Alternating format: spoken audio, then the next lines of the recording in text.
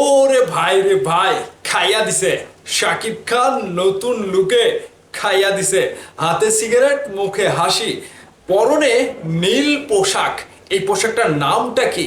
এটা রকস্টারের পোশাক ভাই। এক একটা ছবি যেন আগুন জ্বলছে।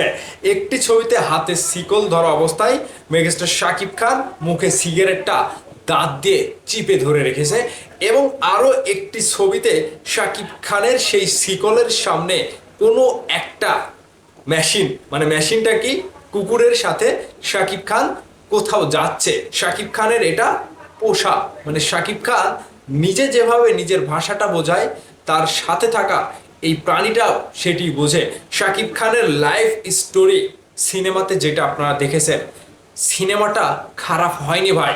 শাকিব খান এই লুকটা দিয়ে সমালোচকদের যত সমালোচনা ছিল সব কিছুকে উড়িয়ে দিল, জাস্ট খেয়ে দিল শাকিব খান। এই লুকটি দেখার পরে অনেকেই সিনেমাটি দেখতে যাবে, আমি কনফার্ম। এই লুকটি, এই ছবিগুলো আগে ছাড়া উচিত ছিল। অনেকে বলছে না রকস্টার সিনেমাতে অ্যাকশন নাই, রকস্টার সিনেমাতে ফাইট নাই, রকস্টার সিনেমাতে গান নাই। ভাই, আপনারা এতদিন ফাইট দেখেছেন, গান শুনেছেন, নাচানাচি করেছেন, কিন্তু একটা গল্প দেখতে যান, এবার একটা গল্পের সিনেমা দেখতে যান, যেই সিনেমাতে ভিন্ন শাকিব খানকে আপনারা দেখতে পাবেন।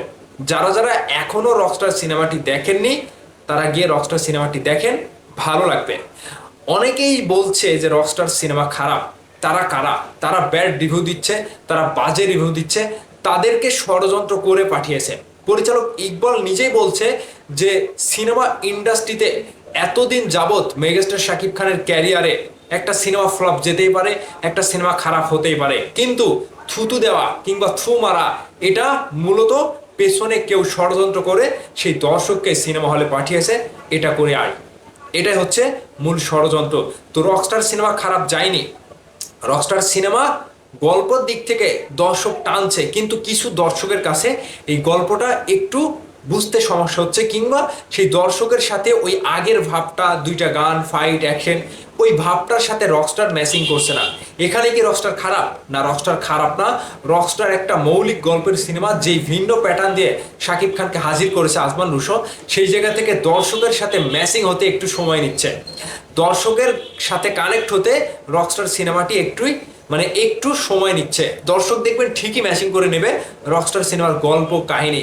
এখানে একটা বিষয় আমি লক্ষ্য করলাম, রকস্টার সিনেমার গল্পটা, বিশেষ করে যারা রকস্টার, যারা সেলিব্রিটি, যারা শিল্পী, যারা স্টেজ পারফরমেন্স করে, যে সকল শিল্পীরা, তারা এই সিনেমাটি দেখার জন্য অধীর আগ্রহ নিয়ে সিনেমা হলে ছুটে যাচ্ছে। এটা হচ্ছে রকস্টারের জীবন কাহিনী। প্রত্যেকটা রকস্টারের গল্পের সাথে প্রত্যেকটা রকস্টারের চরিত্র মিলে যাবে।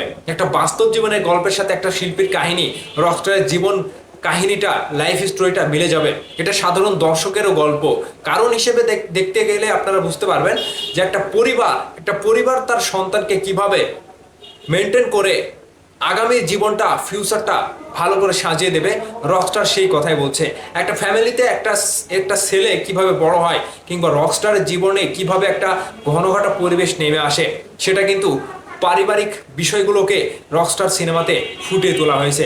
সো আপনাদেরকে যারা কান কান মানে কানে আবল তাবল ঢুকে দিচ্ছে, তাদের কথা না শুনে রকস্টার সিনেমাটি দেখে আসবেন এবং এই গল্পটা বুঝবেন, তাহলে বুঝতে পারবেন পারিবারিক ভাবেও রকস্টার সিনেমাটি আপনাদের মাঝে কি একটা বার্তা দিচ্ছে, সামাজিকভাবে চলাফেরা কিংবা সামাজিকভাবে জীবনযাপন করার একটা মেসেজ রকস্টার সিনেমাটি দিচ্ছে। তো এই লুকটি আপনাদের কাছে কেমন লেগেছিল অবশ্যই কমেন্ট করে জানাবেন।